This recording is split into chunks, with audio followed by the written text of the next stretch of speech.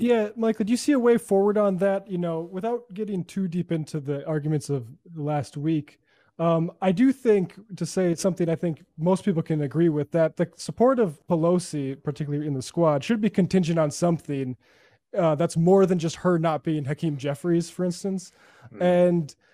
And what they've gotten is really like Cory Bush on the reform committee, and they got rid of the pay. They got an exemption, not rid of PAYGO, but they got PAYGO exemptions for like Medicare for all and the Green New Deal, which like that's good. PAYGO is horrible, but it's almost horrifying that that even needed to be done in the first place. I mean, we've also talked about this in the context of the UK Labour Party and like the desire for a more independent, wing. And I'm just curious if you have any thoughts on that. Frankly, I think because of the size of the country, because of the entrenchment of its right wing ideology, I don't see anything being reformed within the two party system on a national level in any of our lifetimes.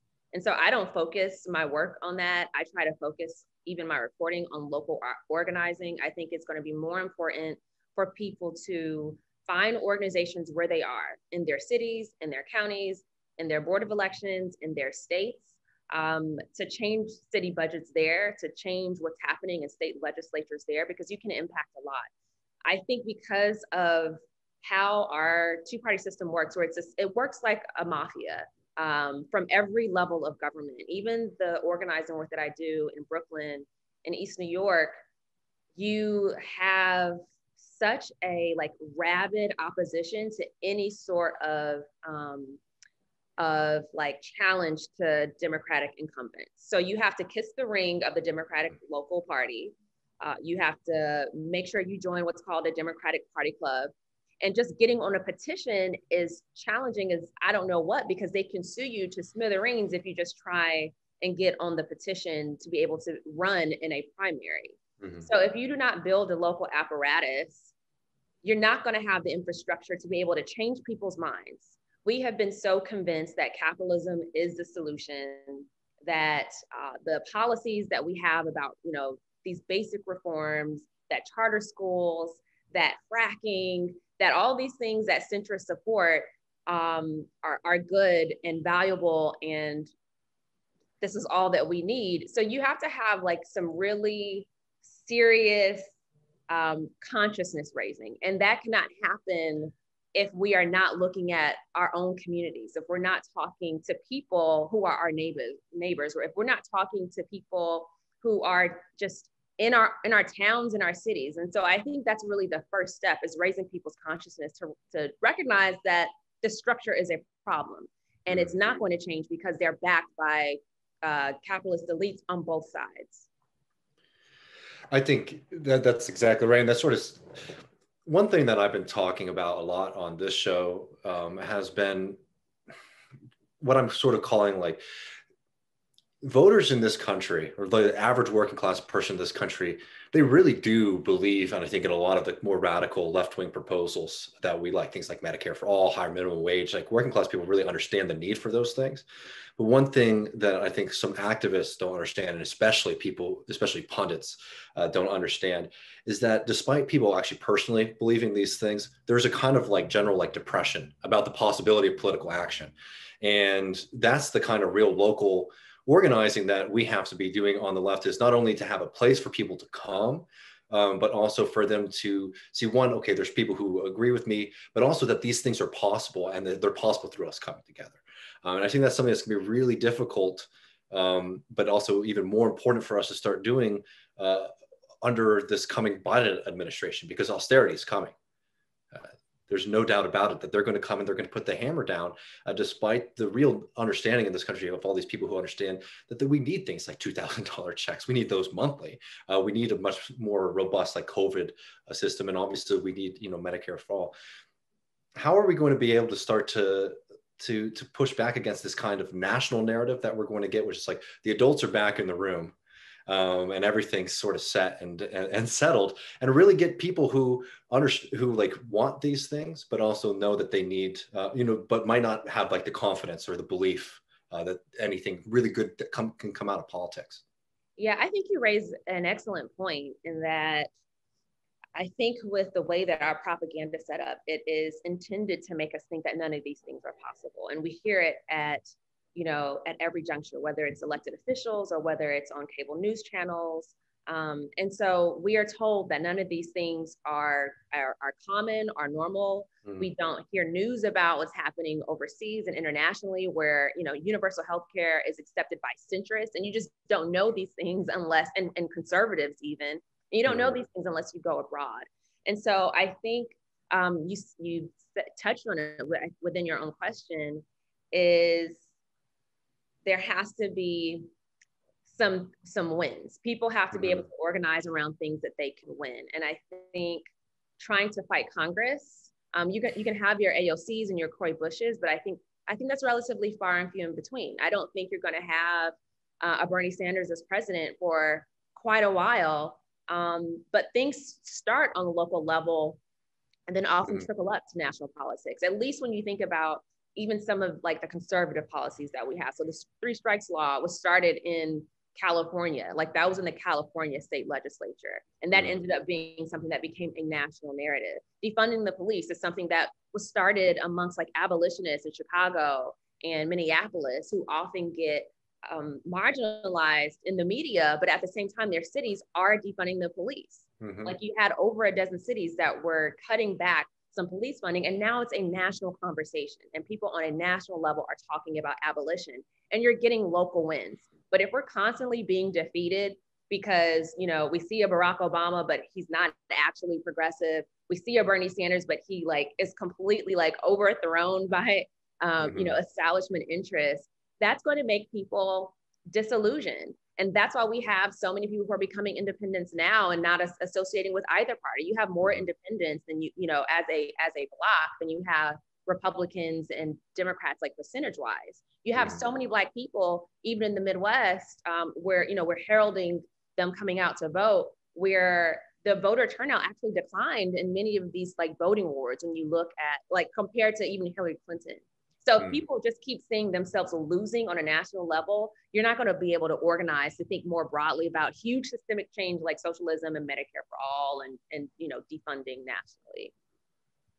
It's really depressing to think about, what's happening to local media in the context of the need to do all of this, right? Like, I mean, what do we do apart from, like we're trying to do with this show to cover more of those issues that aren't covered in other areas. But I'm just curious, like, based on, I guess just it's a media question really, like is that a huge problem, or do you think we other have examples of the Casey tenets we can get to later of organizations just doing work instead of talking about it? I'm curious what you think about that. In terms of local media, you mean just in terms of them, they're horrible anyway, but there's not really, like, now we have politicians with massive platforms like AOC that, like, I think that's maybe why people get fixated on them, is because they see, like, can see their message sent. But like, I think local politicians, like local issues fall through the cracks in ways that, because they don't have a superstar congressperson. Yeah, I think media is like a whole conversation right there, because you do have local media outlets, but they're not necessarily going to, they still have to rely on advertising dollars. You have a democratization of media, which I think has actually been helpful. So I'd rather hear from an AOC than like my local paper in Georgia, who's going to be, they might be funded by some Koch brothers, miles away. So, that's what's happening to a lot of media organizations too. So I think it is important, but obviously, like, we can't rely on it, and so we're having to figure out alternatives. I don't really know if that's answering your question, but it's valuable, but I just don't see kind of a clear route for it. Well, yeah, like I have this quick example of like the Casey tenants have been doing these clips of shutting down courthouses to stop evictions going on. Like, that seems amazing. It's just like, how many of these things are happening and we just can't get enough? It may not be about attention. Stopping evictions probably gets enough attention in those communities itself, right? Yeah, I think that's a good point. And also, like, a difficult thing too with media is that if it's not like one event but rather something that's very slowly ongoing, like, you know, the communities basically losing, ongoing economic crisis, or like what's been going on in Indian country for decades, right? You're not always going to like, that's not always going to be, you're not always going to have a lead, right? A story that's just going to pop out of that when it's something that's just going on for a really long time, and then you don't get the attention. And I don't want to, pivot too much, but like, I think that the answer to that has to be like, we have to build our own kind of organizations, not just media, but, institutions that people can be a part of. Because I think one of the most dangerous things, and I'd be curious what y'all think too, is like going into this next year is going to be the most difficult stuff. But one of the most dangerous things that I've been seeing, especially over this past year, has been like the co-option of a lot of like progressive slogans or ideas, and how cynically that's been used by our opponents. For example, like the Trump administration's Department of Labor just put in this really nasty rule to basically allow restaurant owners to take tips from servers and front of the house staff to pay the back of the house staff, which basically means for the restaurant owner, they're paying everybody less money, and for all the workers, they're all making less money, right? It's a really nasty restaurant lobby bill. But when you read the text of the rule, it's like, oh, we're actually trying to push back against like historical inequities in the way that people are paid in the restaurant industry, which traditionally is like front of the house staff makes a little bit more than back of the house staff, and front of the house staff tends to be, white or more well off, or from certain communities, right? So like they're trying to say like, oh, we're trying to fix this, when in fact they're just lining the pockets of restaurant owners. And we also saw that when we were talking with Marshall Steinbaum too on the Michael Brooks show, where there's this big push now to reform labor law, right? Like labor law was written in a time of like systematic, like racial, like segregation. It's like, absolutely, that's true. And then, but what you end up getting from these kind of pushes to reform labor law is like, oh, we should actually eradicate like the labor union as like a category in 2020, like bring in the 21st century. And they coach it in this kind of progressive language, but underneath it are these really horrible right-wing policies. I don't know. I feel like that's going to be a real big fight that we're going to have over these next few months, is to try to own our like the demands that we're making for social justice and economic justice and racial justice in this country. Because the Democrats, and particularly Biden, they're getting really skilled at using that kind of language, but then to bake in a really nasty right-wing neoliberal policy.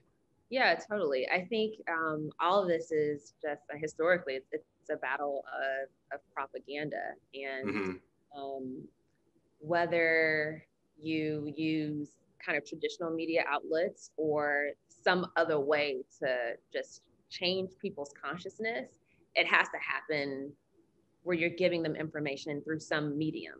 But I don't think we can necessarily, like I said before, I don't think we can rely on any of our media outlets that we have right now that are mainstream to really deliver that message. Like, that does not support, their bottom line. They're companies after all.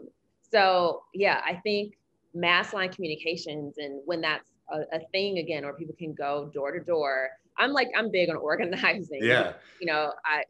It's what I do, not on like a mass scale, but I've been a part of like grassroots organizations all of my life. And like the way that we talk to people, you can find avenues through electoral organizing, through like petition gathering, and you talk to people about why certain candidates might be important or certain issues might be important.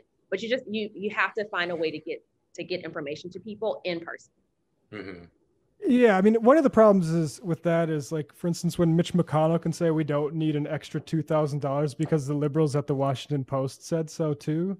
And I went on the editorial board, their site, and like literally like 15 out of 19 of the people on the editorial board went to Harvard or a Yale or some other Ivy League.